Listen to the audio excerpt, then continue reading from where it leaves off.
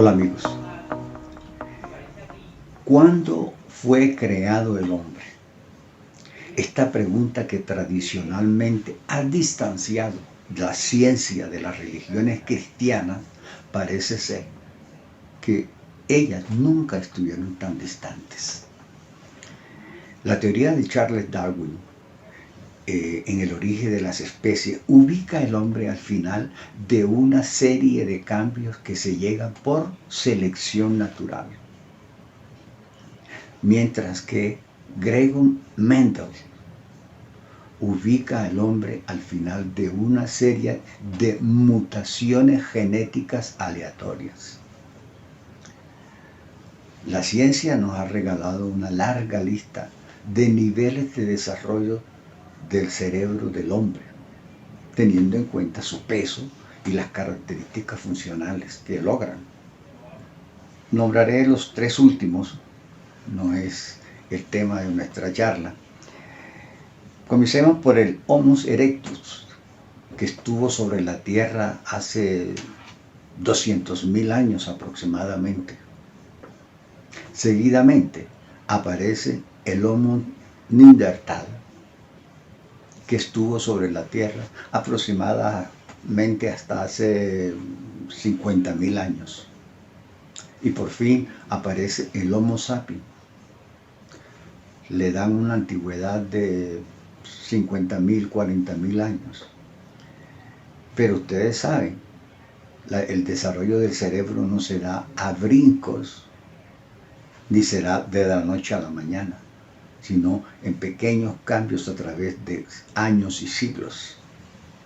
Por ello se dice que el cerebro del Homo sapiens no alcanzó su grado claramente nuevo, sino hasta hace 6.000 años. Y esto está confirmado por la teoría de los tres cerebros o el cerebro triúnico lanzado en el año 69 del siglo pasado por Paul MacLean, quien nos dice que nuestro cerebro tiene tres sistemas, está dividido en tres sistemas.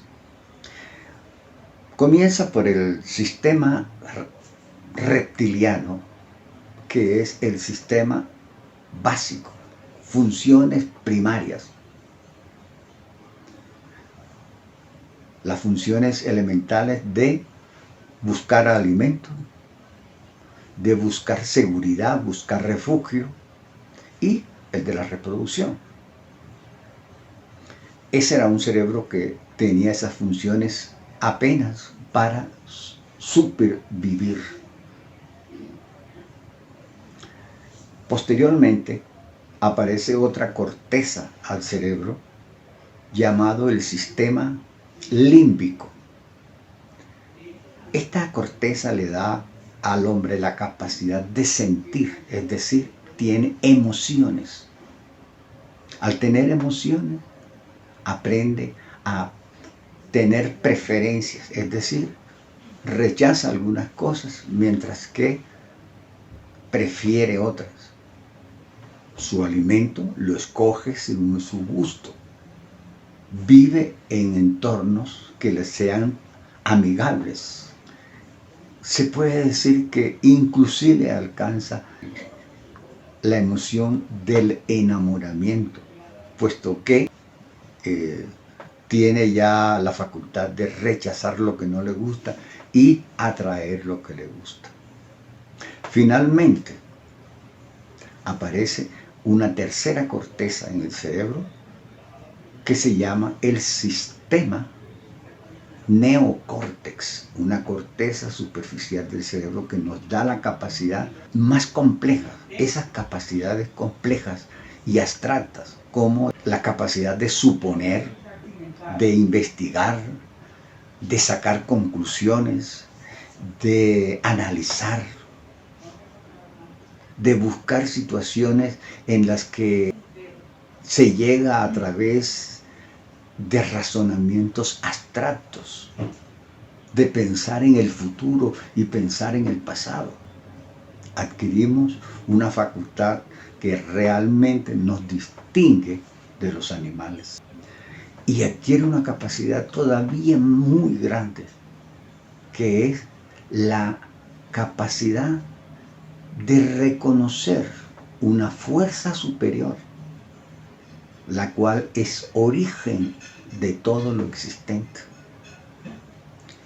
En palabras sencillas, el hombre ya tiene la capacidad de reconocer la existencia de Dios. Los textos de la Torá empiezan a constituirse en el segundo milenio antes de la era cristiana, aunque ubican a la creación del hombre a mediados del cuarto milenio. Los sabios que escogieron los relatos de la Torá, por supuesto que tuvieron en cuenta que el protagonista de estos relatos, el hombre, tuviera en ese momento el neocórtex en funcionamiento. Mal se haría en encargarle a este ser todo el trabajo de la redención de sí mismo sin que tuviera la capacidad para ello.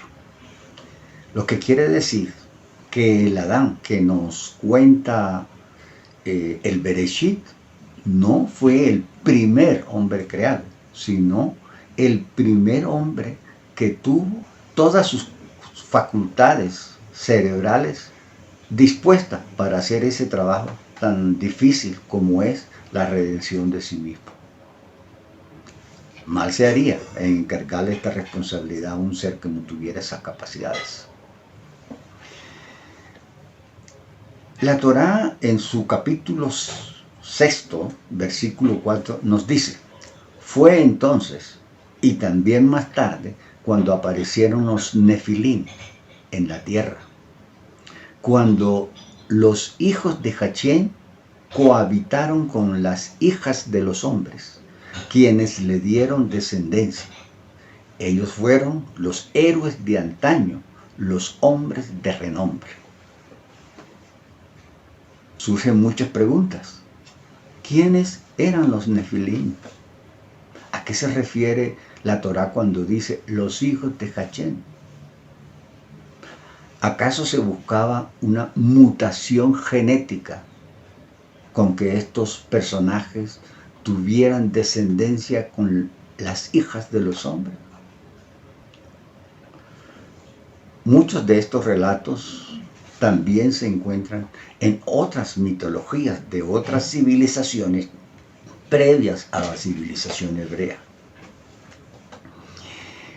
Lo que sí queda claro es que el plan inicial del Creador, algo estaba mal. Porque en la misma Torá, en el capítulo 6, versículo 7, nos señala: borraré de la tierra a los hombres, junto con las bestias, los reptiles y las aves del cielo, porque lamento haberlos hecho.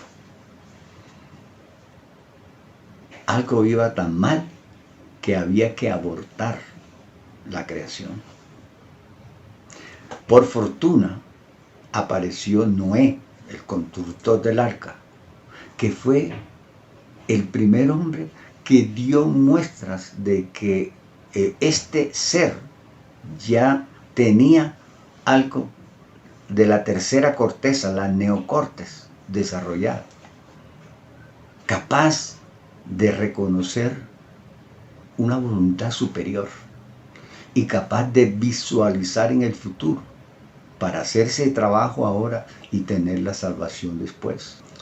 Desafortunadamente a Noé le faltaba un pedacito, porque la orden principal de la Torá es amar al prójimo como a sí mismo. Y Noé no dio esas muestras. No se le ocurrió compartir la unción de salvación con los demás seres. Simplemente salvó a su familia y se salvó a sí mismo. Esta característica no aparece sino mucho más tarde, en 1800, cuando en Ur de Caldea nace otro personaje, Abraham. Abraham representa la característica del amor sin límites hacia el prójimo. Por eso él, desde que se dio cuenta de cuáles eran las leyes superiores, hizo todo lo posible para que la mayoría de las personas conocieran este gran tesoro. Con Abraham se llega a la conclusión de que el hombre ya tenía el neocórtex totalmente desarrollado y en pleno uso. Por eso, Abraham representa la Sefirot Hesed, que es el amor incondicional.